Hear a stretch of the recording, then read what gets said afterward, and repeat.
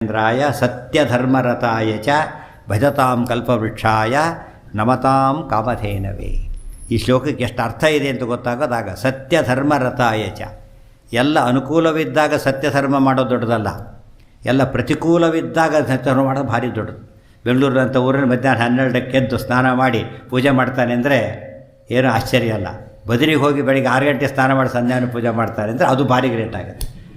ಎಲ್ಲ ಅಪೋಸಿಟ್ಟಲ್ಲಿ minus point ಇದ್ದ ಜಾಗದಲ್ಲಿ ಫಸ್ಟ್ ಕ್ಲಾಸ ಮಾಡ್ತಾನೆ ಅಂದರೆ ಅದು ದೊಡ್ಡ ಮನಸ್ಸು ಬೇಕು, ಅದಕ್ಕೆ ಸ್ಟ್ರಾಂಗ್ ವಿಲ್ ಪವರ್ ಬೇಕು.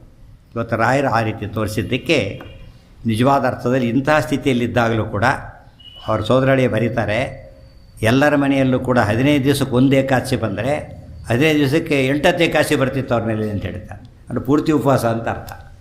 ಅಥವಾ ಇನ್ನೊಂದು ಅರ್ಥ, ಉಪವಾಸ ಅಂತ ತಿಳ್ಕೊಳ್ಳಿಲ್ಲ, ಏಕಾದಶಿ ಅಂತ ಅನುಸಂಧಾನ ಮಾಡ್ಕೊಂಡ್ಬಿಡ್ತಿದ್ರು. ಆದ್ದರಿಂದ ಅಷ್ಟು ಪುಣ್ಯಕ್ಕೆ ಕಾರಣ ಮಾಡ್ಕೋತಾ ಇತ್ತು. ಅವ್ರು ಉಪವಾಸ ಮಾಡಿದ್ದು ಇವತ್ತು ಜಗತ್ತಿಗೆ